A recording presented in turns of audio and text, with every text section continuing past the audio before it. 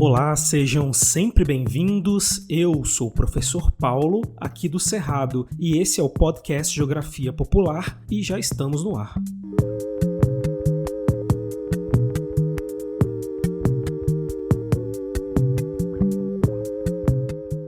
Salve, meus queridos, minhas queridas! Vamos juntos para mais uma aula da série Biomas do Brasil. Fico sempre muito feliz de poder compartilhar esses saberes com vocês. Eu penso que conhecer os biomas brasileiros é o primeiro passo para que a gente consiga lutar pela preservação desses ambientes. Acho até que, em alguns casos, a preservação não é o suficiente. Precisamos fazer uma restauração desses biomas e dos seus ecossistemas. Eu acredito muito que, ao conhecer os nossos biomas, vocês vão poder identificar a importância deles para a nossa vida, para a economia e para a saúde das milhões de outras espécies que compartilham esse planeta conosco e precisam também ser respeitadas. Enfim, precisamos despertar essa chamada consciência ambiental. Eu diria até que urgentemente, porque hoje todos os biomas brasileiros estão ameaçados, com perdas de áreas naturais para a mineração, a agricultura, pecuária, grilagem de terras, criação de novas áreas urbanas e por aí vai. Tudo isso feito de maneira agressiva, descuidada, desregulada. Já passou da hora da gente pôr a bola no meio do campo e tratar a questão ambiental com mais profundidade, com um olhar mais amplo, que vai além do Deus Dinheiro. Bom, nessa série Biomas do Brasil, vocês já sabem como funciona, né? A cada aula estudamos um bioma brasileiro, serão 8 episódios no total. Na primeira aula, nós estudamos o bioma da Caatinga, depois estudamos a Mata Atlântica, e agora, nessa terceira aula da série, vamos estudar o maior bioma do Brasil, a Floresta Amazônica.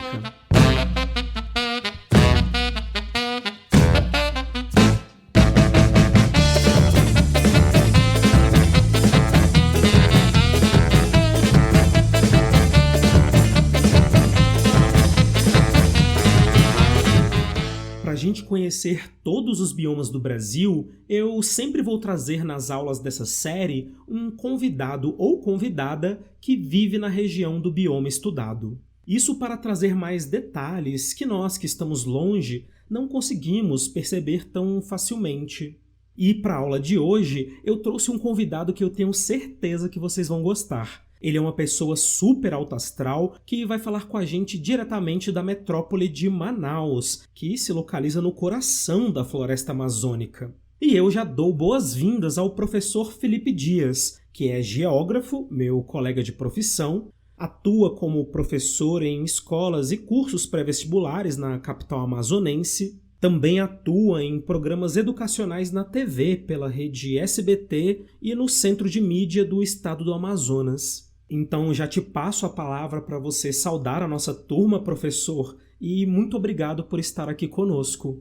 E aí, turma, tudo bem com vocês? É um prazer estar aqui gravando esse podcast com o professor Paulo para levar um pouquinho da Amazônia para todos vocês aí do Brasil inteiro. Amazônia, Terra Santa.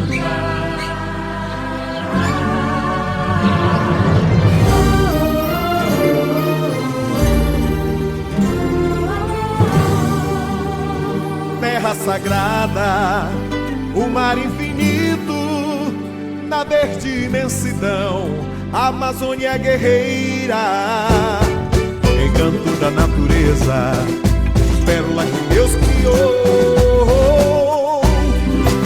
Fauna, flora, grandes rios, preservar é o desafio, herança dos meus ancestrais. Essa terra, esse chão, hóstia de fé e união, que a mão do índio preservou. Nós acabamos de ouvir a música Amazônia Terra Santa, do Boi Caprichoso. E o folclore do Boi Bumbá, ou Bumba Meu Boi, está ligado a uma das maiores festas amazônicas e do Brasil, que é o Festival de Parintins, no interior do estado do Amazonas. Vale a pena vocês pesquisarem aí. Ao longo da aula, nós escutaremos outros ritmos amazônicos, como o carimbó, o melody calypso e tantos outros. A riqueza musical amazônica é impressionante. Mas vamos dar início à nossa aula, porque o tempo já está correndo, e eu disse no início da nossa aula que a floresta amazônica é o maior bioma do Brasil. Mas não é só isso. A Amazônia também é a maior floresta úmida do mundo, abriga quase metade de todas as espécies de seres vivos conhecidos, concentra aproximadamente 20% de toda a água doce do planeta. Esses são alguns dados que demonstram a grandiosidade desse bioma e o quão estratégico ele é. Não é fácil estudar esse ambiente. A Amazônia é um universo e vamos nos esforçar para estar à altura dessa missão. Nesse sentido, eu quero começar a aula, professor, identificando esse bioma. Então eu te pergunto primeiramente onde se localiza a floresta amazônica e também quais são as principais características desse ambiente. Então, turma, a Amazônia está muito atrelada à identidade da região norte, né? Toda vez que o jornal fala Amazônia, que você lê na internet, olha uma trend no Twitter, a gente associa a Amazônia à região norte. Mas a floresta amazônica ela vai muito além da região norte. Bem, ela abrange 3 regiões do Brasil, que é a região norte, a região nordeste e a região centro-oeste, além de compor vários outros países da América do Sul, né? A Amazônia está localizada ali bem no coração da América do Sul. Dentro do Brasil, a gente chama ela de Amazônia Legal ou Amazônia Brasileira. Ela está dentro dos estados da região norte. Para quem não sabe, os nossos estados é o Acre, Rondônia, Roraima, Amazonas, Pará, Amapá e Tocantins. E no Nordeste, ela vai abranger um pedaço do Maranhão. E na região centro-oeste, ela abrange ali o Mato Grosso, tá bem? Então, os estados da região norte, mais um pedaço do Maranhão e mais um pedaço do Mato Grosso, compõem o que a gente chama de Amazônia Legal ou Amazônia Brasileira. Só que ela é um bioma internacional, então ela se expande ali para outros países. A gente vai ter, então, por exemplo, os nossos vizinhos, que é a Bolívia, o Peru, Colômbia, Venezuela, Guiana, Suriname e a Guiana Francesa. E a gente também vai ter o Equador, que apesar de não fazer fronteira diretamente com a gente, ele também tem parte ali do bioma amazônico. Bem, as principais características que a gente pode ter da floresta, a gente vai falar disso aqui enquanto a gente ministra essa aula, mas você tem que entender, tipo, característica básica. Ela é uma selva, apesar da gente dizer floresta, né? Mas lá na biologia, selva e floresta tem sentido diferente, mas ela é uma selva, a maior floresta tropical do mundo. Também vamos atentar a esse tropical. E ela é uma floresta muito densa, muito grande e principalmente muito quente.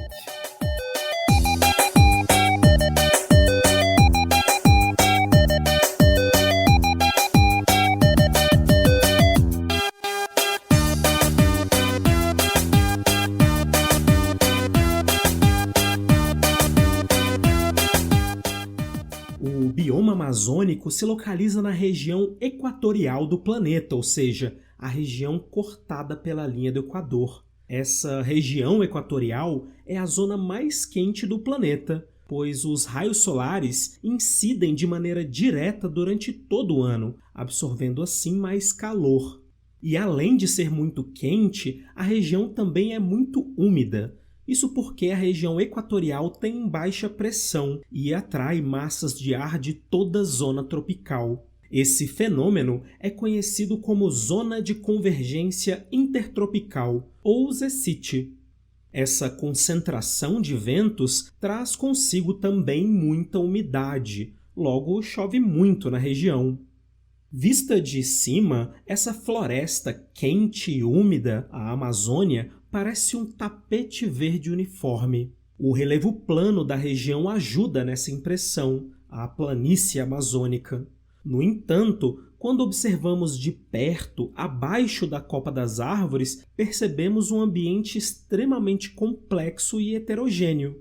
Existem muitas paisagens, muitos hábitats diferentes dentro da Amazônia.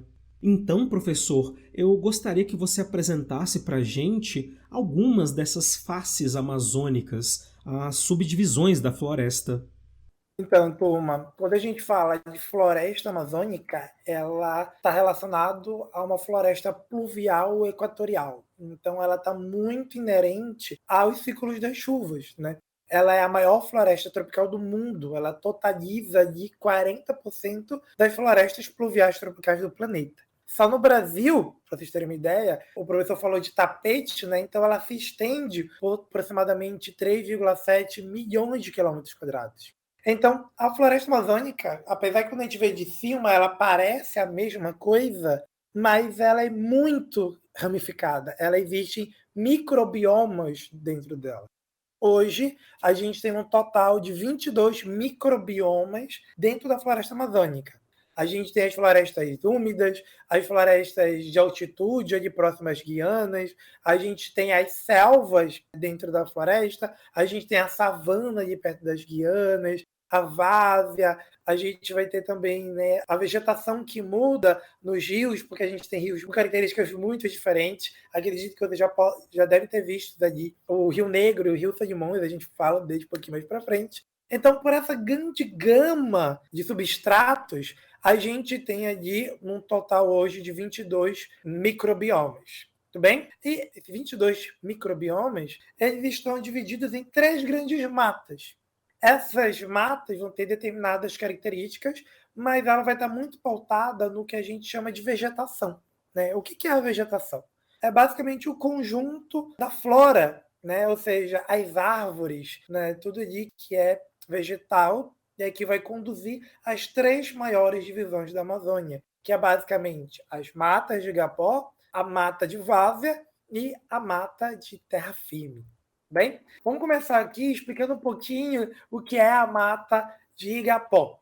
Se você nunca veio para a Amazônia, joga aí no Google ou em qualquer outro lugar que você possa, mata de igapó. Gente, vocês vão ficar maravilhados. Ela é basicamente uma vegetação que se desenvolve ao longo dos rios. Ou seja, é uma vegetação que está todo o tempo alagada.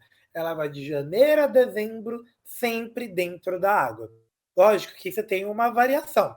Tem períodos que está mais cheio, tem períodos que está mais seco, mas essa vegetação, essa mata está sempre dentro ali da água. Tudo bem? Quando a gente compara ela com outros estratos da floresta, ela vai possuir, lógico, uma quantidade menor de espécies, tanto de árvores quanto de animais, e elas precisam ali estar adaptadas ao ambiente aquático. Aqui, não só na Amazônia, mas como em vários lugares do mundo, a gente tem determinados tipos de plantas que vão se adaptar a essa condição, né? Então, a mata de igapó é o que a gente chama de hidrófilas. Bem, o que são as plantas hidrófilas? São aquelas que existem dentro do ambiente aquático. E se você é fã de música pop, você já deve ter visto aquele clipe da Anitta que ela sobe em cima de uma Vitória Régia, de uma planta aqui na Amazônia. Essa planta, por exemplo, né, que a Anitta usa na sua música, em seu clipe como alegoria, ela é um exemplo de mata de igapó, a grande Vitória Régia. Né, aquele imenso tapete que está em cima da água. E eu já adianto para vocês, se um dia vocês vierem para a Amazônia ou para qualquer lugar que vocês encontrem uma Vitória Régia, pelo amor de Deus, gente, não suba em cima dela. Ela aparenta ser muito resistente, a Anitta até sobe ali no clipe, mas ela é extremamente frágil. Você subiu, você afunda, tudo bem? Então, essa é nossa mata de igapó, nosso primeiro de grande divisão da floresta amazônica. Você pode encontrar ali em algumas provas, gente, ou até mesmo na escola, ela com o nome indígena, tá? Que a gente chama ali de Caaigapó, que é um nome em tupi-guarani que quer dizer mata molhada. A segunda divisão da Amazônia que a gente vai ter é a mata de várzea. E aí, como o próprio nome diz, várzea, de vazante, é aquele pedaço da floresta amazônica que em determinados períodos ela vai para o fundo, ou seja, o rio sobe tanto que alaga essa floresta, e em determinados períodos do ano o rio vaza, ou seja, tem um período de vazante, e aí diminui ali a sua altura. E aí a floresta volta a ficar ali em terra não inundada. tudo bem? Essas inundações são periódicas.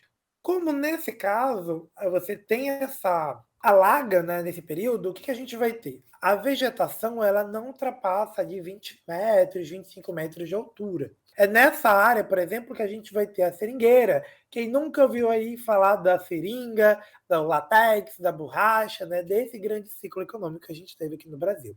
Bem, então essas matas, ela é meio que uma mata de transição entre a terra firme e o igapó. Na Amazônia é onde geralmente mora ali os ribeirinhos.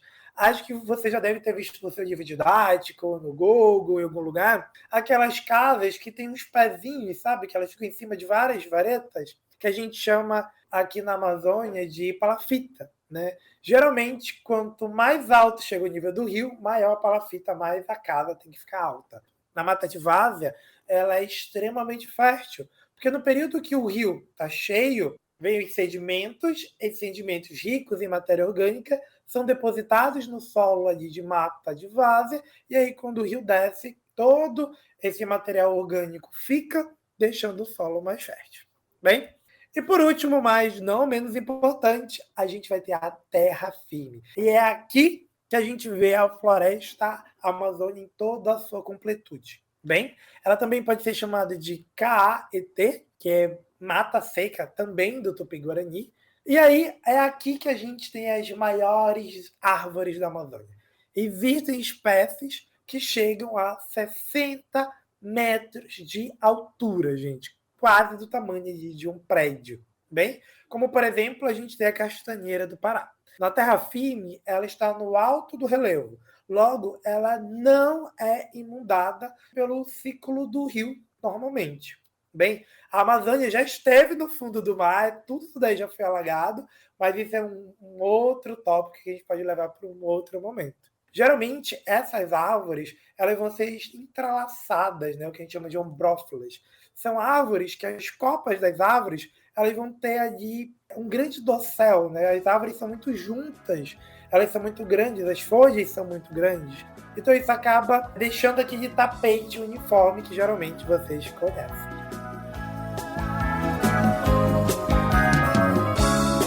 Quando eu disser que estou partindo,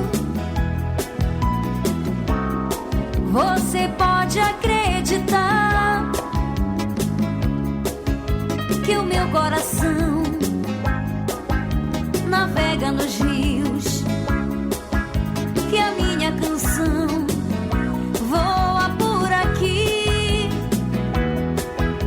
Eu sou essas margens dos rios que nos levam. Eu sou da Amazônia. A Amazônia é considerada a região com a maior biodiversidade do planeta Terra.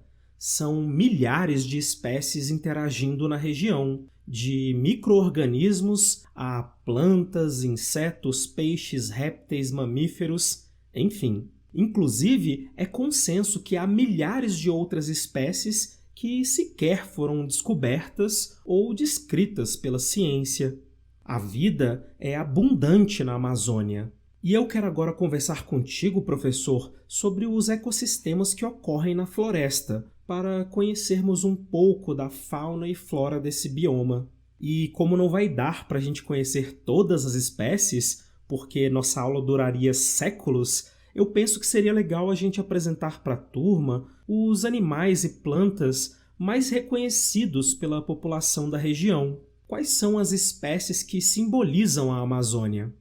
Então, Paulo, eu acho que, quando a gente fala de Amazônia, eu acho que a primeira coisa que vem na cabeça de várias pessoas é a tão famosa e glamourosa onça-pintada, né? Ela é um símbolo amazônico, ela está muito presente não só ali na nossa cultura, mas na nossa vivência, nas nossas vestimentas. Então, a onça-pintada, ela vai estar aqui na região amazônica, ela existe aqui em uma menor quantidade, por exemplo, do que o Pantanal, né? Ela está muito mais presente ali, mas ela está aqui. Bem, e ela tem essa menor quantidade devido à dificuldade de encontrar alimentos por si só. Mas elas são animais jovens, elas são caçadoras ali de forma inabalável. Ela é um símbolo de poder aqui na floresta amazônica. Ela é um dos maiores felinos que a gente tem aqui na nossa lista, né, de animais que a gente vai falar. E ela, justamente ali, ela é um animal muito feroz, é muito difícil da gente ter contato com ela. A onça pintada, dependendo da onça, a sua característica principal é ela ter aqueles pelos mais aloirados, mais amarelados e as pintinhas ali pretas, né? A sua dieta, ela se baseia ali em animais de grande porte e médio porte. Aqui na Amazônia não é muito comum você ver ela na beira dos rios. A gente tem imagens de uma onça atracando um jacaré, trazendo ele, matando ele, que também é um animal gigantesco. Tanto que são duas coisas que na região norte a gente tem medo. É 2 caras numa moto e a onça pintada.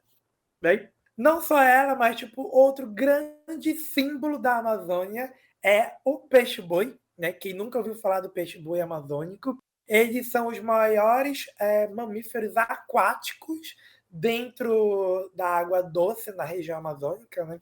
Esse nome ele foi escolhido aqui na região por causa do canto desses determinados animais. Eles geralmente são associados a seres mitológicos, às sereias e tudo mais. Como eu falei para você, ele é um grande mamífero, ele vive em águas doces e ele não é um peixe, né? Apesar da gente chamar de peixe-boi, ele é muito mais parecido com um mamífero mesmo, tanto que os filhos de peixe-boi eles tomam leite. Ele é um animal ali que está em risco de extinção. A caça dele na Amazônia ainda, infelizmente, é muito predatória, mas ele é um grande símbolo e é um animal imponente. Eu já tive a oportunidade de conhecer. Quem puder um dia vir à Amazônica e puder visitar o Museu da Amazônia a céu aberto, existem vários tanques na qual são trazidos para a cidade, geralmente, esses animais que são encontrados ou em feridos, ou em abates, ou tipo, em grandes cativeiros, já para serem vendidos para o exterior. E eles são animais assim, belíssimos, né? Um outro animal muito, muito, muito, muito presente aqui, a gente vai ter o pirarucu. Ele aí sim é um grande peixe. Ele é um dos maiores peixes de água doce do planeta. Ele é nativo da nossa região. Ele vai promover ali vários benefícios ao nosso ecossistema, às nossas comunidades, né? Ele é um peixe que, quando ele está no período de pesca autorizada, ele é muito consumido aqui na nossa região. Ele traz muito ali da cultura indígena. Os indígenas vão deixar isso como característica, como meio social, comer esse determinado peixe. Bem, em determinados momentos, um peixe adulto ele pode chegar até 3 metros de comprimento e pesa até 200 quilos, gente. Ele é simplesmente surreal. Tipo assim, na Amazônia, ele é um dos meus favoritos. Né? Apesar de a gente ter outros peixes, como, por exemplo, o tambaqui, né, muito famoso aí não só no Brasil, mas como em outras regiões. A gente também vai ter a arara. Acho que a arara também é um grande símbolo, está muito presente ali nos nossos festivais e tudo mais. Geralmente, elas são conhecidas por serem amantes, né?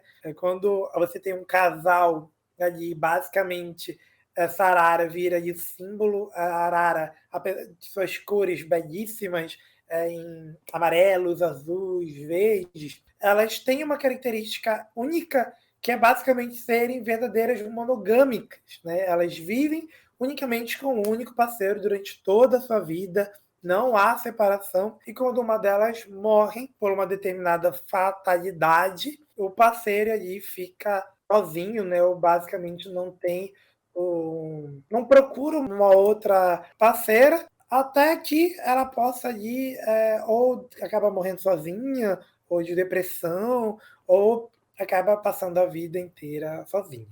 Bem, esse daí é a nossa fauna, né, que é gigantesca. A gente poderia passar horas e horas aqui. A Amazônia contém mais de 20% de todos os animais terrestres do planeta. É gigante. Né? Mas a gente não pode deixar também de falar da nossa flora, não é mesmo? A flora amazônica, ela contém ali de 30 a 40 mil espécies diferentes e alguns dos exemplos nativos da nossa região.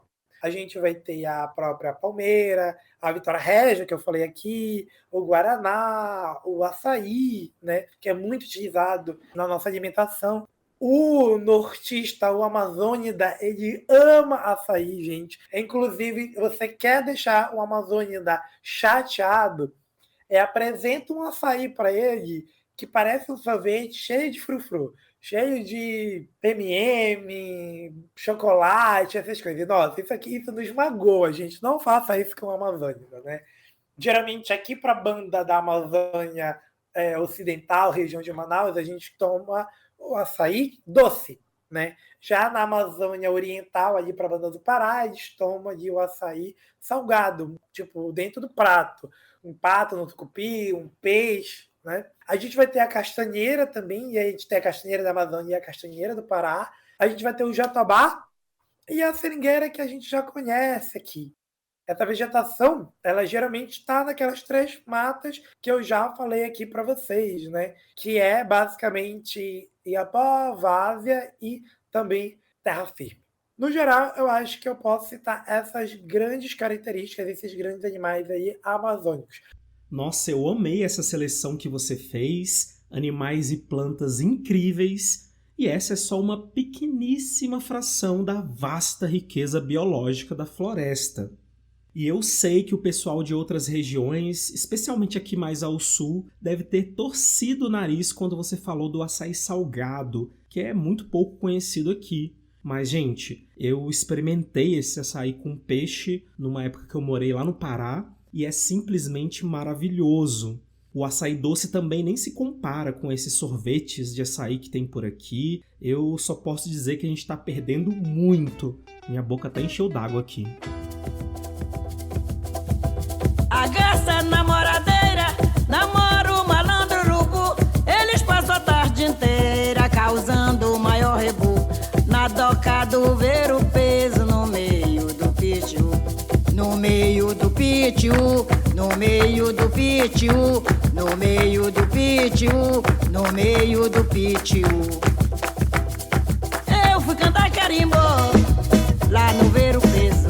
Urubu sobrevoando, eu logo pude prever. Parece que vai chover, parece que vai chover.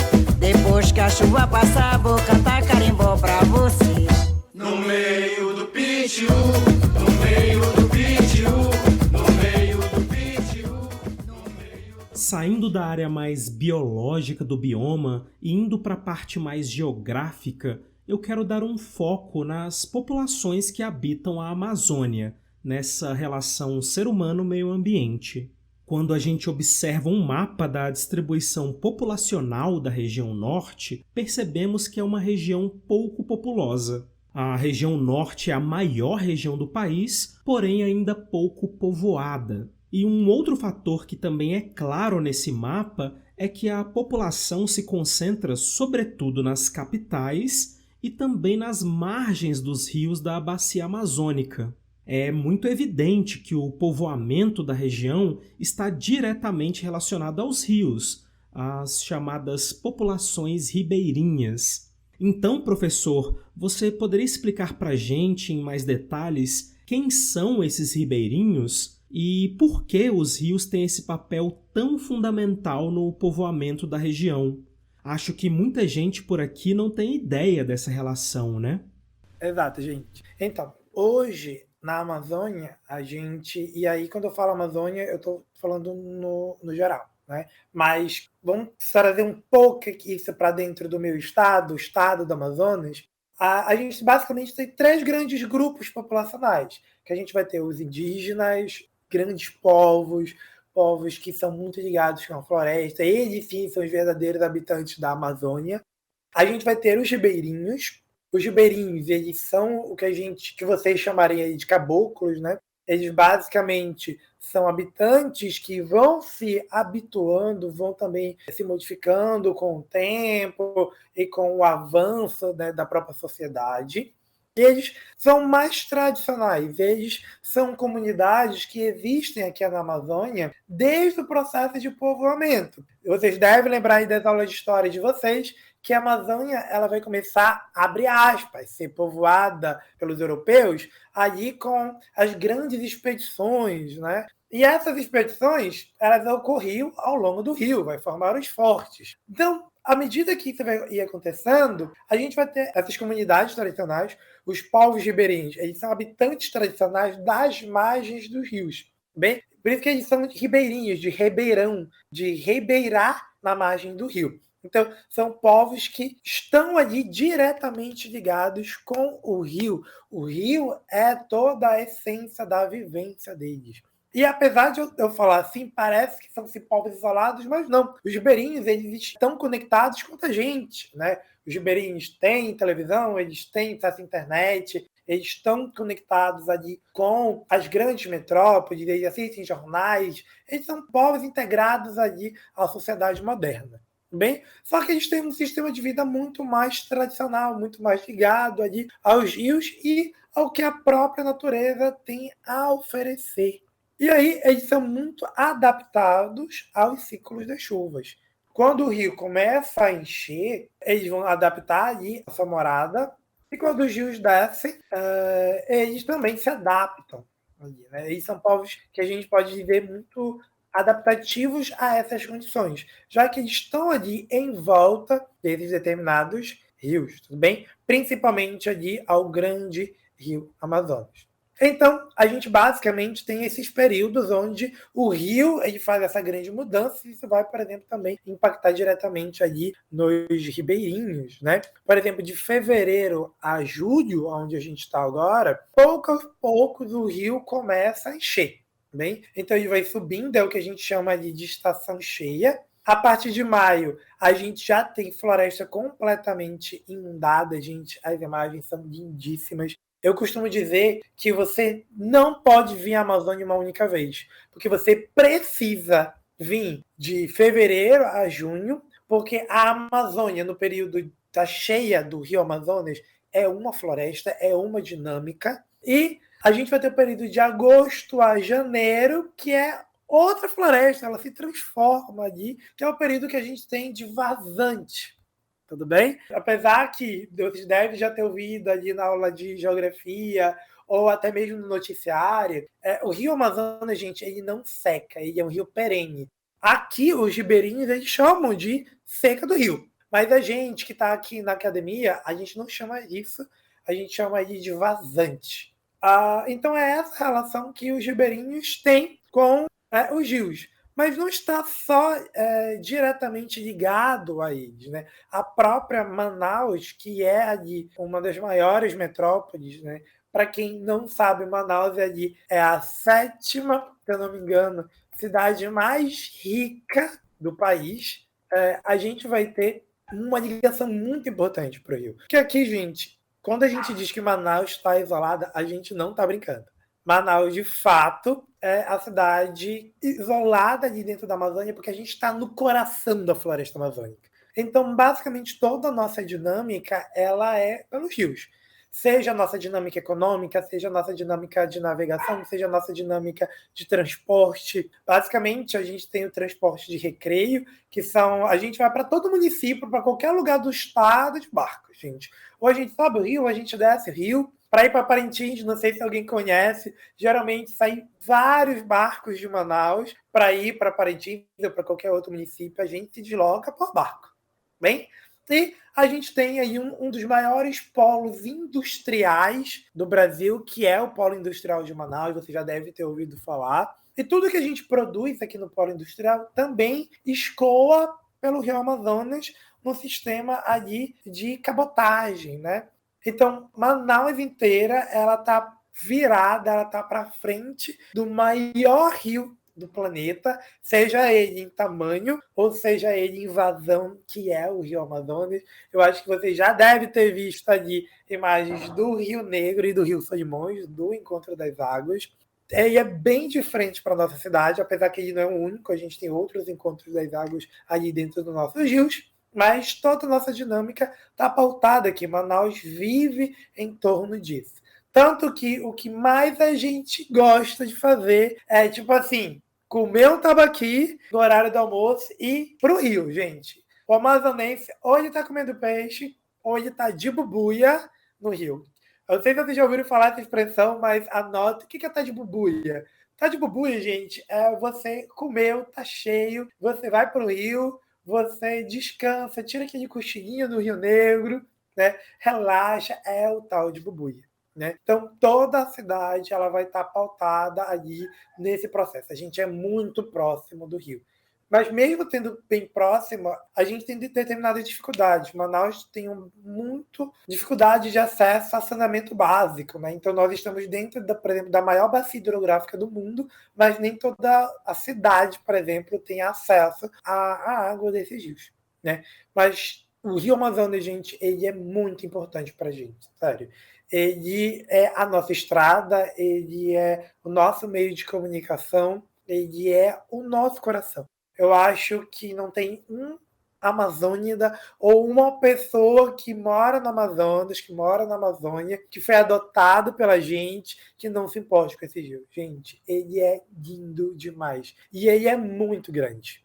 A gente tem pedaços que a gente chama de verdadeiro mar. O Rio Amazonas, em determinado período, ele é tão grande que a gente não enxerga a outra margem. Você está num lado do rio, você não enxerga o outro. É quase como se fosse um mar mesmo. Então, quase todos os municípios são interligados pelos rios, a gente se comunica, assim, a gente tem postos de gasolina dentro do rio, a gente tem supermercado dentro do rio, a gente tem balneário dentro do rio. Tudo que a gente puder estar colocando ali no rio, a gente coloca. Mundo líquido, peixe, a vida é de olhos abertos. No planeta das águas qualificam-se maravilhas. Quem revela os mistérios e os rumos dos seres aquáticos, suas naves famílias, o agudo mais grave das ondas. Vou povoar em sentidos o negro mar, baía hídrica, vou ver Iara amazônica e seu cardume de náufragos. Vou debruçar meu caráter no negro rio, mata híbrida. Quero contar aos meus filhos sobre um mergulho fantástico. Nossa, muito bom! Você deu um panorama bem legal dos ribeirinhos e da importância dos rios para as populações amazônidas. Mas eu gostaria de voltar um ponto na sua fala. Você disse que há basicamente 3 grupos populacionais na Amazônia, né? Os povos indígenas, os ribeirinhos e faltou você falar do terceiro grupo.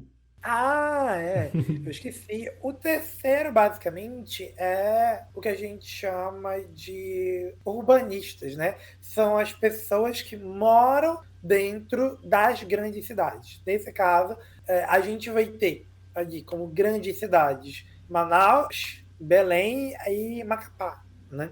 Então, a nossa dinâmica ali dentro dessas cidades, né? E aí, já que citei as 3, vamos citar as outras, porque senão o povo de Boa Vista já vai ficar chateado comigo. Mas a gente tem, por exemplo, Boa Vista, a gente tem ali Porto Velho, a gente tem Rio Branco, a gente vai ter ali Palmas. Então, essas pessoas que moram dentro das cidades, elas têm uma relação diferente com a natureza. A gente tem uma relação muito mais urbana do que o próprio ribeirinho. Então, quando você, por exemplo, aí falando de Manaus, quem mora dentro da cidade de Manaus é como se morasse em em uma grande metrópole do Rio de Janeiro. Então, o nosso estilo de vida é completamente diferente do ribeirinho. E isso não é muito longe. Existem comunidades ribeirinhas que ficam na outra margem do rio. Então a gente tem Manaus de um lado e a comunidade ribeirinha do outro lado. A gente se enxerga, a gente é vizinho. Mas a nossa relação com a floresta, com o meio natural, é totalmente diferente. A gente aqui está muito mais inserido dentro de um estilo de vida urbano, e às vezes até alheios ao que está acontecendo à nossa volta, do que o ribeirinho. Então a gente costuma dizer aqui no estado do Amazonas, aqui na região norte, que a gente, ou geralmente, né, a gente é o manauara, o urbanista, e a gente tem toda uma relação diferente dos ribeirinhos, que é completamente diferente também dos povos indígenas, né? Então a gente tem aí esses 3 grupos que têm vivências, que têm relações diferentes com a natureza, com os rios, com a floresta, né? E é isso.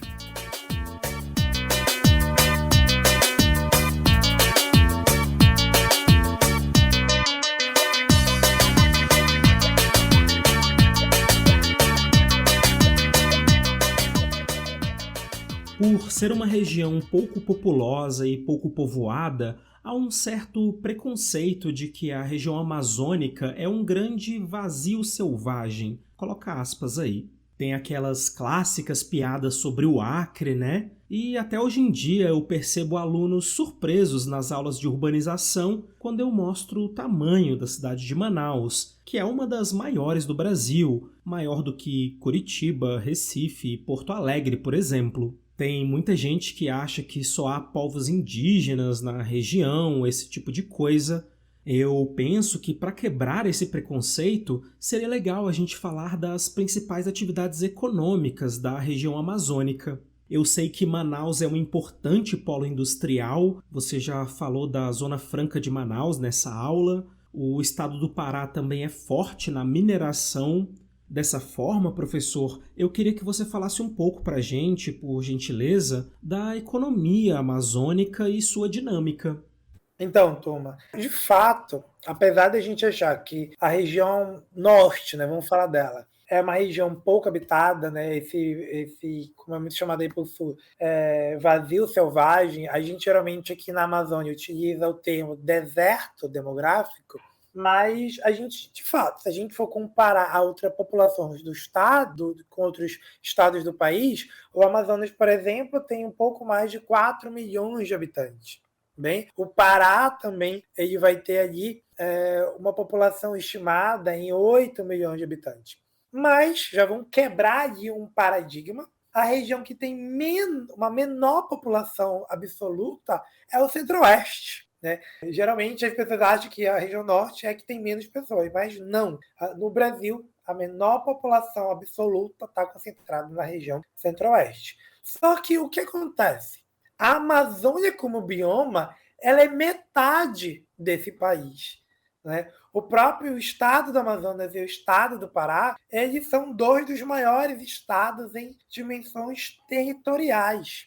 Então, a gente basicamente vai ter ali, lógico, em comparação com o território que nos cabe, a gente vai ter um número de pessoas bem menor, não é mesmo? Mas a gente tem ali uma grande diversidade de economia. Para vocês terem uma ideia, só o estado do Amazonas, por exemplo, em 2020 totalizou quase 26 bilhões em PIB. E tudo isso, toda a economia, não só do Amazonas, mas também da Amazônia, ela está pautada na agropecuária, na indústria, tudo bem? A indústria aqui, por exemplo, no estado do Amazonas, a gente tem a eletroeletrônica, a gente tem o polo duas rodas. Para vocês terem uma ideia, se você pilota uma moto no Brasil, uma grande probabilidade dessa moto ter sido montada aqui na minha linda cidade, em Manaus. A gente tem ali o monopólio da produção do polo duas rodas, a gente tem a produção naval de navios, mecânica, siderúrgica, petroquímica, plástica, termoplástica, a gente tem construção civil que é muito forte, serviços, turismo e principalmente ali o ecoturismo, né? Mas na região amazônica no geral, a gente divide o nosso sistema econômico em 3 grandes setores: o setor primário, o setor secundário e o setor terciário. No setor primário, a gente vai ter o que a gente chama de extrativismo. Bem, a gente vai ter o extrativismo vegetal, que a gente basicamente tira de dentro da floresta a banana, a madeira, a melancia, o guaraná, a borracha, a castanha da Amazônia.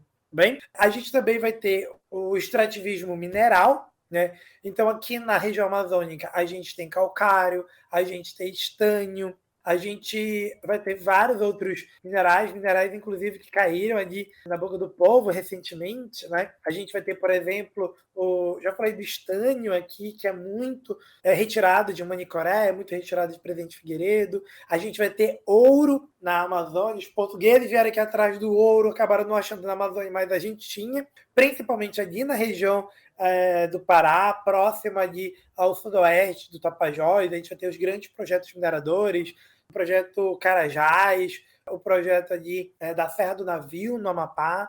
Bem, a gente também tem o Nióbio, ali, bem no finalzinho já do Brasil, em São Gabriel da Cachoeira, divisa com a Colômbia e com a Venezuela, né? Então, a gente tem muito, muito, muito ali desses projetos mineradores também aqui na nossa própria região, principalmente ali a partir da década de 70. A gente tende a achar que a Amazônia não produz nada, que ela é intocada, que em muitos lugares, até de forma preconceituosa, como um fardo para o país, mas nós somos a região mais rica desse país, né? A Serra do Navio, no Amapá, como eu também já citei para vocês, foi uma grande produtora de ouro. A gente também extrai, por exemplo, petróleo da Amazônia, a gente extrai gás natural ali em Urucu, a gente também vai ter em Coari, a gente também vai ter o extrativismo animal aqui na região amazônica.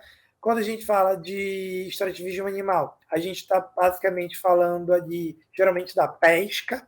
Bem, a pesca na Amazônia ela é uma atividade muito importante. A gente vai ter, por exemplo, a pesca de subsistência, que é o ribeirinho pescando no rio para se alimentar, vender um pouco desse peixe nas cidades, dos perímetros urbanos, para que ele possa viver, né, e ter o mínimo de subsistência. A gente também tem a pesca comercial, geralmente ali para a Banda do Pará, sabe, perto da foz do Rio Amazonas, já ligando com o mar. Basicamente, são grandes regiões de pescado que vai fazer a sardinha que você vai encontrar no supermercado próximo de você. Bem, geralmente ali no eixo do Rio Solimões Amazonas.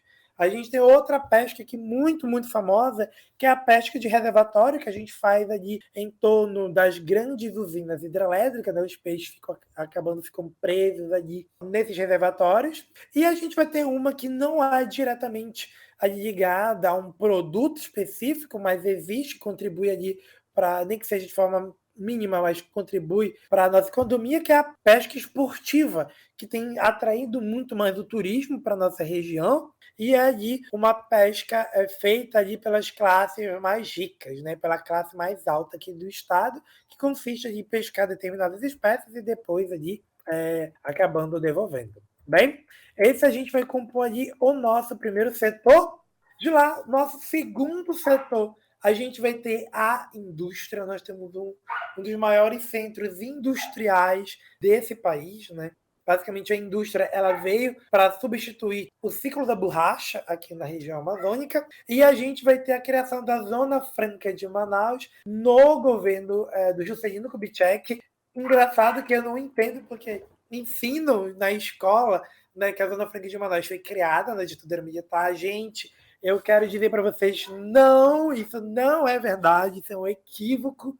A Zona Franca de Manaus, que é o nosso motivo de orgulho, ela foi criada pelo deputado Francisco Pereira da Silva em 1957 e foi sancionada pelo presidente, então, Juscelino Kubitschek, que, se eu não me engano, é a Lei 3.173. Tudo bem? E aí, lógico, ela vai ser reformulada pelo Decreto-Lei 288, né, de fevereiro de 67, ali pelo próprio Castelo Branco.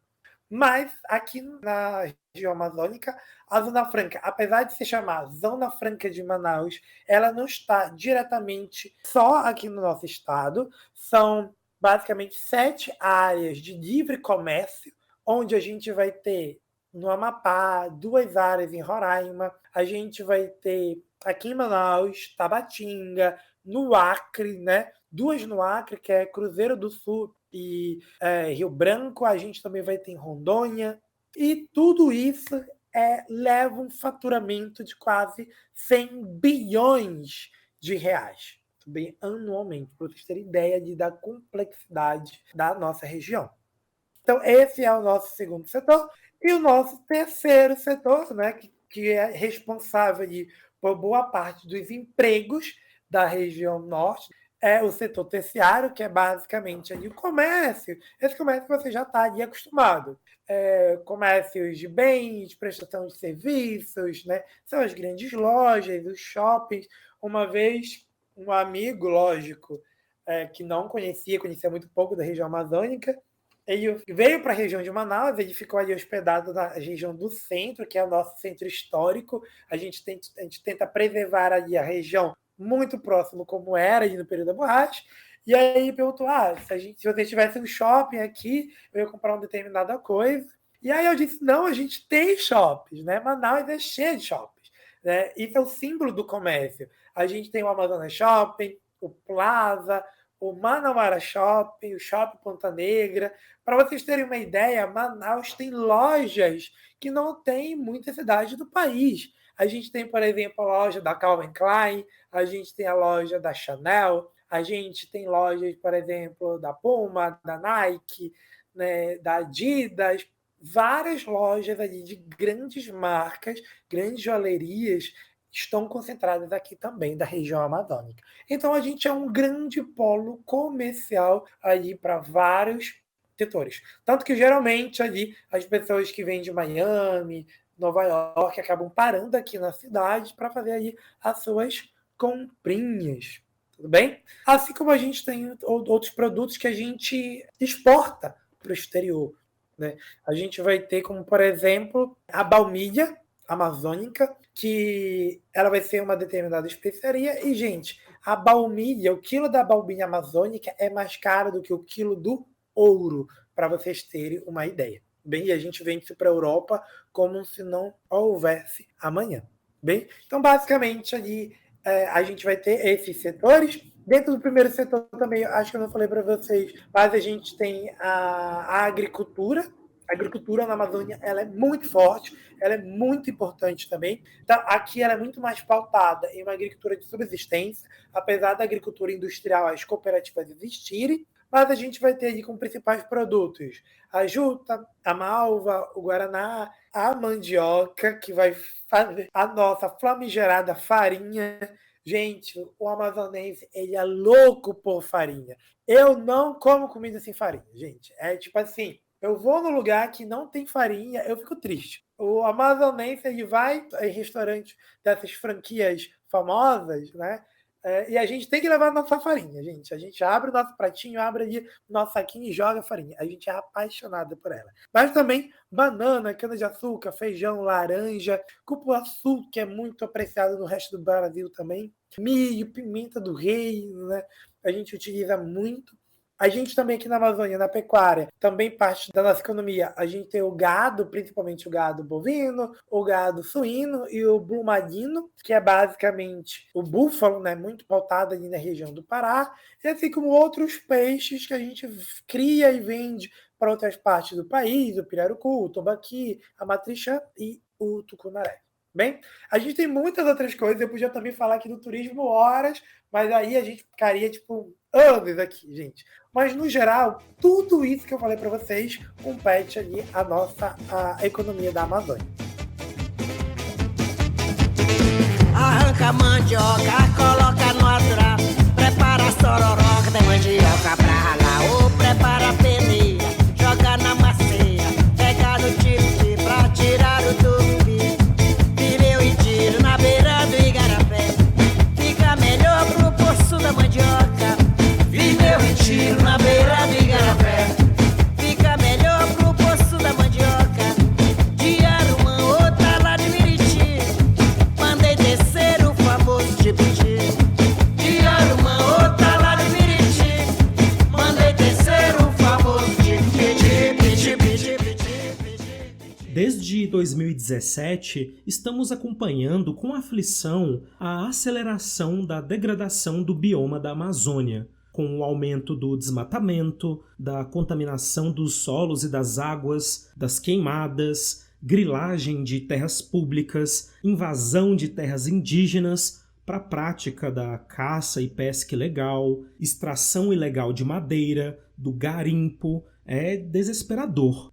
Então, nessa parte final da aula, professor, eu gostaria de discutir os problemas ambientais relacionados a esse bioma. Quando comparado com a Mata Atlântica e a Caatinga, que foram os biomas que estudamos nas aulas anteriores, a Amazônia até que está bem preservada. Mas quando a gente olha mais de perto, acompanhando o que está acontecendo hoje na Amazônia, temos que ligar o alerta, pois a destruição do bioma está ocorrendo de forma avassaladora, sem porteira. Nesse sentido, minha pergunta é: quais são os principais problemas ambientais do bioma e por que é um erro a gente continuar insistindo nessa política de exploração sem controle da Amazônia? E eu não falei errado, não. A destruição da Amazônia é uma política de Estado. Então, turma, a primeira coisa que eu vou começar, para que vocês tenham a dimensão do que a gente está tratando, é que a Amazônia ela é importante para o mundo todo. E principalmente para você que mora no Brasil. E eu não estou falando aqui de uma coisa muito mais hipotética. Eu estou falando, assim, a destruição da Amazônia impacta diretamente na tua conta de luz. Quanto mais árvores estão desmatando na Amazônia, mais a sua conta de luz fica cara. É nesse nível de impactos que vocês têm, né? Que a gente tem. É por isso que quando a gente fala da preservação da Amazônia, isso é um problema a nível norte, a nível Brasil, a nível mundial. Como eu falei para vocês no começo da aula, a Amazônia no Brasil estende-se só no Brasil por 3,7 milhões de quilômetros quadrados e apenas 10% de tudo isso é uma unidade de conservação. Ou seja, a Amazônia está muito desprotegida. A gente tenta fazer o máximo aqui na região norte e outras organizações como Greenpeace, a gente vai citar várias outras pessoas, tentam ali proteger a Fundação Amazônia Sustentável, mas, gente, entendo que cerca de 15% da Amazônia já foi completamente desmatada, destruída, seca, né? Desde a década de 70, quando a gente vai ter as atividades mineradoras, quando a gente vai ter o garimpo, quando a gente vai ter a exploração da madeira de forma ilegal, a gente vai ter o aumento da fronteira agrícola. E tudo isso está nos levando a grandes problemas ambientais. Gente, a Amazônia cada vez mais está sendo desmatada. E hoje a gente não tem uma grande dimensão. Eu vi uma reportagem que a Amazônia ela perde 2.000 campos de futebol por dia, sabe? São mais de 3.000 quilômetros quadrados de desmatamento dessa floresta. Tudo isso vem aumentando cada vez mais. A gente tem, como o professor estava falando, o principal ponto aqui, gente, é desmatamento. O desmatamento ele vai encabeçar os problemas que a gente tem aqui na nossa região, porque ela acaba trazendo outros problemas mais para frente. Bem, a Amazônia ela é desmatada de forma descontrolada em muitas partes. Isso porque não tem como fiscalizar. O Exército Brasileiro não faz esse papel tão afinco como deveria ser feito. Os próprios órgãos reguladores também não fazem isso. A gente vê cada vez mais um abandono do poder público em relação a esse sistema, né? A Amazônia, nos últimos 11 meses, estamos falando ali na região de 2021, teve um aumento de 51%, né, de desmatamento. A Amazônia Legal, que eu já expliquei para vocês aqui hoje, tem um dos maiores índices de desmatamento nesse período, comparado a 2021. Isso, para vocês terem uma ideia, é o pior registro em 10 anos. Logo, isso vai começar a afetar não só o mundo, como o nosso ecossistema, né? Por exemplo, boa parte das chuvas da região sudeste e sul são de responsabilidade do que a gente chama de rios voadores. A floresta amazônica, para quem não sabe, e aí eu vou dar o número agora, é assustador. Assustador não, é grandioso. A floresta amazônica, gente, tem numa estimativa 390 bilhões de árvores em unidades individuais. E cada árvore tem ali, em média, se ela tiver entre 10 e 20 metros, ela vai soltar ali 300 litros de água. Então, a floresta amazônica evapotranspira muito. Então, essa evapotranspiração, né, essa água que ela solta para a atmosfera, ela vai criar os rios voadores. Não sei se a nossa audiência já teve algum contato com isso, né? Mas, basicamente, os rios voadores são grandes quantidades de água em vapor que são levadas da Amazônia para a região Sudeste, Centro-Oeste e Sul. E, gente, para nossa audiência, para vocês terem uma ideia, quando os rios voadores se enfraquecem, e eles vão se enfraquecer por causa do processo de desmatamento da Amazônia, o que acontece? Não tem chuvas na região sul e sudeste, em grande parte. O ciclo de chuvas aí para vocês, ou para quem estiver nos ouvindo dessa região, diminui. Ou seja, os reservatórios ficam com menos água. O Brasil, então, é obrigado a usar as termoelétricas e isso tem um efeito direto na nossa conta de luz. Então, o desmatamento da Amazônia afeta o mundo de várias formas, mas afeta também a gente de forma direta. Não importa em que parte do país você esteja, você vai ser impactado com esse desmatamento.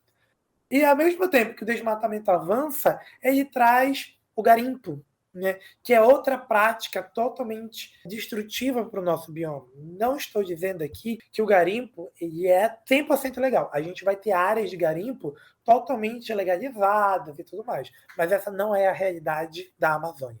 E as práticas utilizadas no garimpo poluem os rios, eles destroem ecossistemas, eles matam animais com o mercúrio que é jogado. Dentro das áreas de garimpo, quando são altamente destrutivas, eles já aproveitam para aumentar as áreas agropecuárias. Cada vez mais a fronteira agrícola invade a Amazônia. A gente vê que tem vários tipos de desmatamento naquela região. A gente também, associado a isso, a gente tem a madeira ilegal que é retirada da nossa região, que é exportada para o exterior de forma extremamente cara e é feito sem nenhum controle. E aí a gente até pensa, mas se a Amazônia passar por isso, por que ela ainda não acabou? Ela não acabou, gente, porque sim, a floresta amazônica ela tem um mecanismo de defesa, ela tem um processo de regeneração, mas à medida que cada vez mais a gente aumenta esse processo de desmatamento, essa capacidade de se regenerar da região amazônica, ela vai diminuindo, né? Chegar a um ponto que ela não vai mais conseguir fazer isso. E aí o que vai acontecendo? Ela vai morrendo. E, gente, eu não sei se vocês já viram, e para mim que sou de Manaus, crescido, nascido, criado, é extremamente doloroso ver a floresta sendo jogada ao chão, principalmente pelo sistema de rebote. Aqui, gente, o nosso solo é muito pobre, né? O solo da Amazônia, no geral, por a Amazônia já ter estado no fundo do mar, ser uma área tropical, com alto grau de lixiviação e também de laterização, a própria floresta se mantém em pé com o horizonte O. Então, as grandes árvores, elas funcionam com verdadeiras bombas para enviar nutrientes para as árvores menores. Então, o que basicamente acontece aqui na Amazônia é que se você cortar uma árvore de 40 a 50 metros, em uma semana, em volta do que a gente chama de sepultura, várias outras árvores começam a morrer também. Então, não é só a área que é desmatada, mas a área de bombeamento também é afetada, e aí a floresta vai morrendo também. Vai chegar um ponto que a Amazônia vai simplesmente desaparecer. E, professor, você está falando de forma hipotética? Não, a gente já tem exemplos disso. O próprio deserto do Saara, que hoje é um dos maiores desertos do mundo, já foi uma floresta tropical. Também já teve um grande lago e desapareceu. Bem, então a Amazônia também corre esse risco. E aí, o que você que está na região sudeste, na região sul, na região nordeste, na região centro-oeste pode fazer para a Amazônia? Gente, cuidado com o que você compra, com o que você consome, principalmente cuidado com as suas escolhas políticas, porque o processo de desmatamento da Amazônia é um projeto político. Então, quando a gente não valoriza o nosso voto, você está sentenciando a Amazônia ao desaparecimento. Você está sentenciando os povos ribeirinhos, os povos indígenas, você aí sendo um pouco mais sensacionalista, você está me sentenciando ao desaparecimento. Né? Então, aí, de novo, a Amazônia é gigantesca. Eu poderia aqui passar horas falando de todos os nossos processos e como isso vai impactar diretamente, né? Principalmente no mundo todo, quando a gente fala de aquecimento global, quando a gente fala de mudanças climáticas, principalmente que a perda da Amazônia vai afetar de forma descontrolada El Niño e Laninha, que por si só são grandes fenômenos naturais que podem favorecer ou desfavorecer as atividades humanas. E tudo isso está ligado diretamente com a Amazônia. Então eu recomendo muito, gente, que vocês saiam aqui desse podcast, que é uma iniciativa maravilhosa do professor Paulo, e vão se informar, vão ler, vão buscar, gente. Todos nós precisamos fazer a nossa parte para preservar um pedaço tão grande que é ali o nosso país. Só é cantador quem traz no peito o cheiro e a cor de sua terra, a marca de sangue dos seus mortos e a certeza de luta dos seus vivos.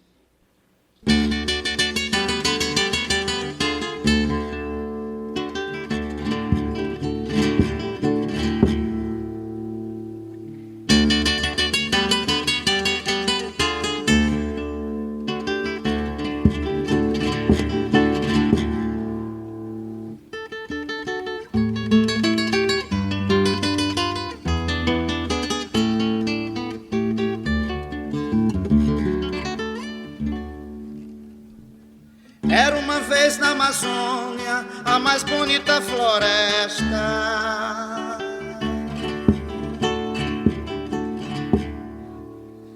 Mata verde, céu azul, a mais imensa floresta.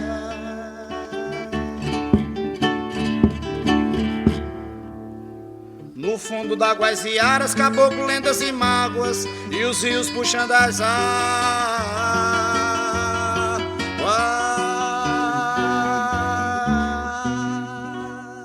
Pois bem, turma, encerramos mais uma aula da série Biomas do Brasil. Hoje conhecemos um pouco mais desse incrível bioma amazônico, o maior do país e o mais biodiverso do planeta, que abriga diversos povos com culturas, no plural, riquíssimas. Espero que vocês tenham gostado e aproveitado a aula tanto quanto eu, e aproveito também para agradecer imensamente ao professor Felipe Dias pela generosidade de estar aqui conosco. Foi sensacional. Muito obrigado mesmo.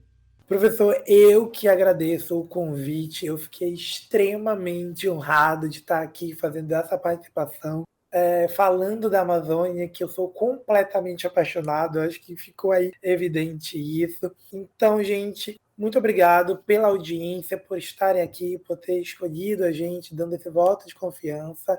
Convido vocês a virem à Amazônia, a virem à minha cidade, a Manaus, a conhecer. Eu acredito que a gente deve primeiro conhecer o nosso país para depois conhecer o mundo. Então, se você tiver a oportunidade, venha para a região norte.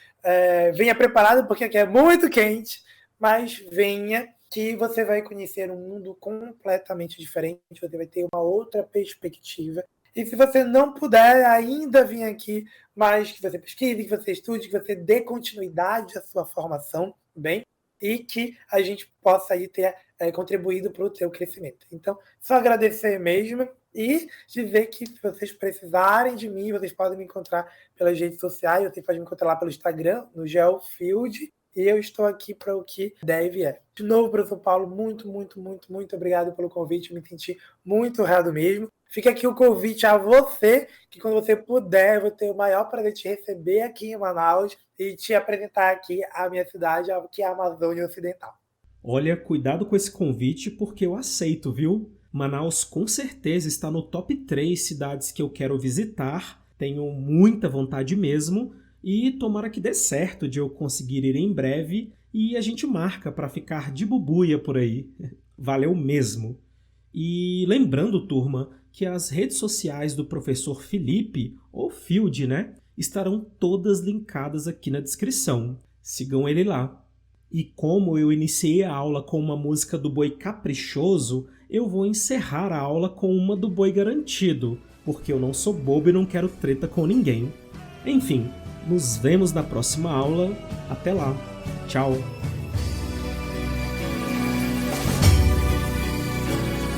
Se a floresta chorar e arpejar um clamor, um herói surgirá, é o seu protetor, gigantesco homem camaleão, camuflado com a vegetação.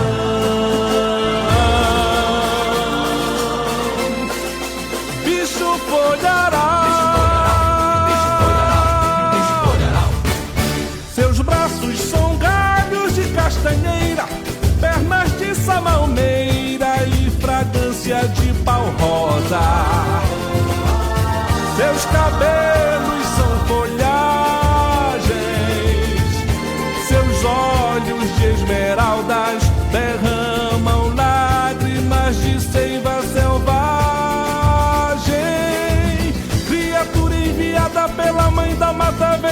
salvar a natureza.